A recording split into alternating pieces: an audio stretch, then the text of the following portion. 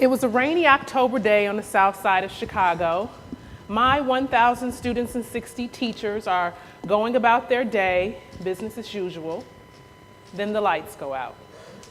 Now, I'm sure everyone in the building has experienced a power outage before, but not at a school. There was no natural sunlight, so it was kind of dark. Students are in class, but for some reason, instruction has stopped. The 3 administrators are walking the halls. We're talking to engineers and custodians, calling ComEd and central office. What's going on? How long before the lights come on? Should we transition to the next class?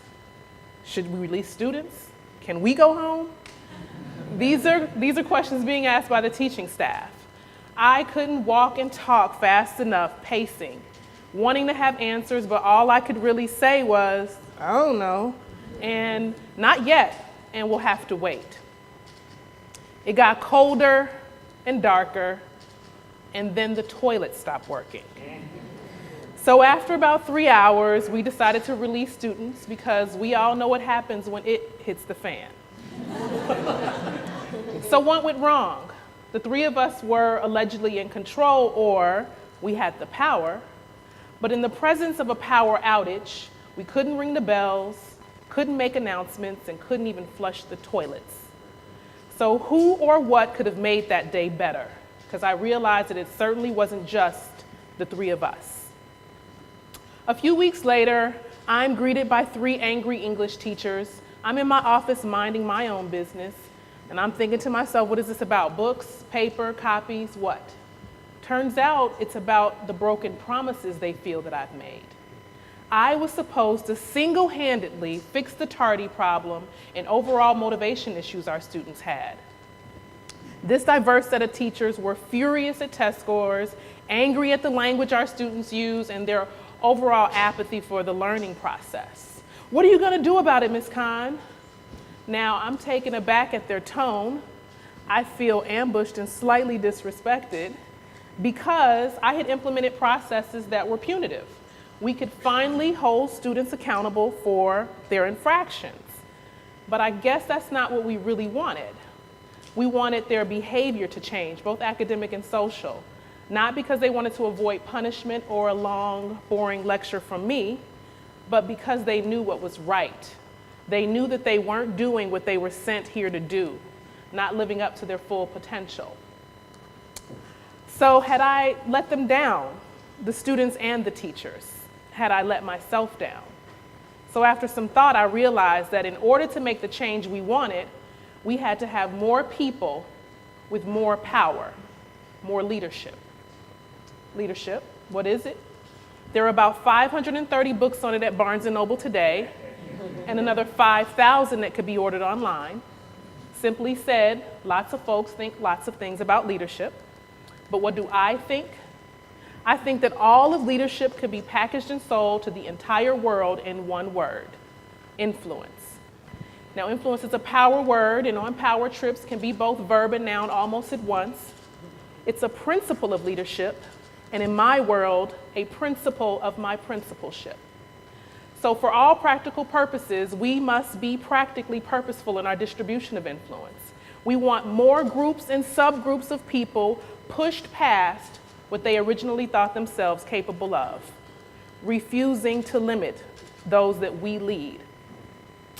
I'm actually an engineer, no longer practicing, but this idea of power takes me back to those days and makes me think of power equations. So indulge me in some math for a second. The average power equation says that power equals work done over time. Make sense? The mechanical power equation says that power is work done by force on an object. Exactly, influence. So how do we spread this idea to more schools? How do we influence policymakers and school boards to support teacher leadership? Does every teacher want to be a principal? God bless you if you do. But are there systems in place that support teacher roles like grade level team leads and math coaches and science coaches and other instructional support roles? I ask, how do we move out of this compliance-driven system and into one of in-depth development and support? I feel like we need to start thinking educational ecosystem and not org chart. How does a leader make others lead? To start, they aren't afraid to make large requests of people. I think that people need and ask. I feel like if you distribute the leadership, this eliminates this situation where you have 20% of the people in your school doing 80% of the work. So if we want better outcomes, we have to inspire better thinking.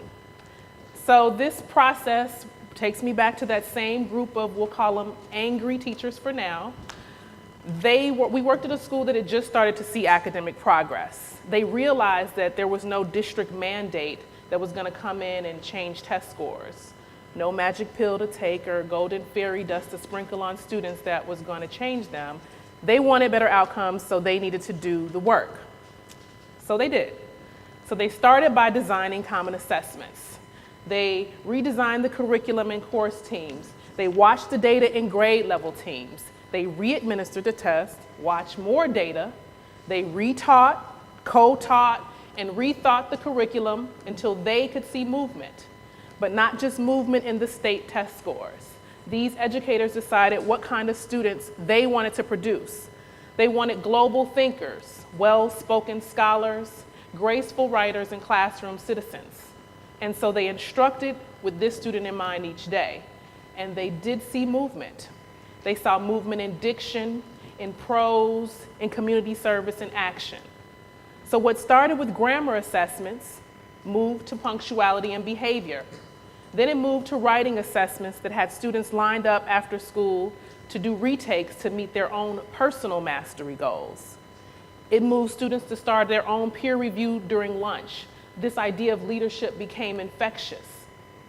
One of my most memorable moments was at a barbecue we would give the students after they took the ACT. You can go to the picnic tables and hear students going on and on about the English section in depth. They were remembering specific problems on the test and when they learned the skill on that problem in class. So they were finding this group of now empowered teachers and saying, thank you. Thank you for teaching me split construction and misplaced modifiers. Thank you for the work that you've done because I see how it has paid off for me as a student. I don't think this work is done by a teacher though. It's done by teacher leaders. Leaders who get others to believe in a process and not practice in isolation.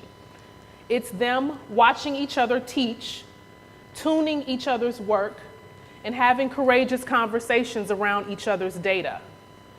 It is them holding each other accountable to the agreements. Agreements made to students and agreements made to themselves. Imagine with me if every school did this, if every department and course team and grade team and instructional leadership team across the city did this. If all the math teachers designed the ideal math student and could articulate the attributes that this student had and taught with this student in mind each day. That's power. Later that year, we were blessed with another power outage. Weather conditions not exactly the same, but no power, no bells, no clocks, and you guessed it, no flushing toilets. But this time it was a little different because there were no questions, no wonderings, just teaching and learning, business as usual. They realized who had the power and no outage could take that from them. Thank you.